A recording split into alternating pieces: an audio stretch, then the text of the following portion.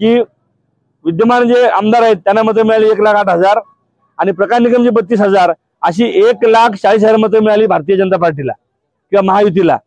Doctor Hemant सावरांसारखा अतिशय educated उमेदवार होता, मोदी साहेबांची लाट देशामध्ये होती, त्यांना मतं मिळाली 1,06,000 आणि एकंदर भाजपला भोये सरांसारखा नौका उमेदवार असताना सुद्धा 1,40,000 मतं मिळतात भाजपला। म्हणजे जवळपास 50,000 मतांचा फरक त्या ठिकाणी होतोय, हे संशयास्पद आहे।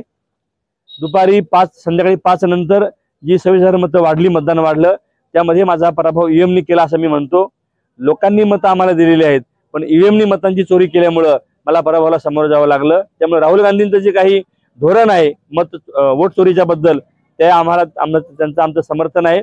तसं अपील आम्ही माननीय हायकोर्टामध्ये दाखल केलेलं आहे, त्याची हिअरिंग येत्या 8 सप्टेंबरला आहे आणि आम्हाला न्यायालयावर विश्वास आहे, आम्हाला न्याय मिळेल। माजी आमदार म्हणून हा जो रस्ता खूप खराब आहे, सत्ताधारी पक्ष लक्ष देत नाही जनतेकडे, आम्ही खूप प्रयत्न करतो, तुम्ही यासाठी काय प्रयत्न करणार?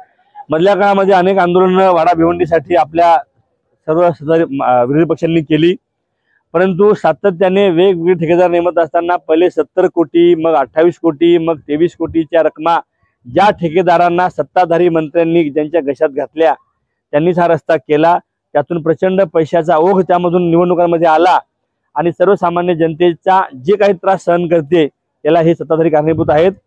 सातत्याने विरोधी पक्ष म्हणून आम्ही आंदोलन करतो। निवेदन काल सुद्धा आम्ही माननीय गणेश नाईक साहेबांना, कुणबी सेनेचे प्रमुख विश्वनाथजी पाटील साहेब, निलेश गंदे साहेब, नंतर काँग्रेसचे प्रफुल्ल पाटील, आम्ही सर्वांनी त्या ठिकाणी निवेदन दिलंय।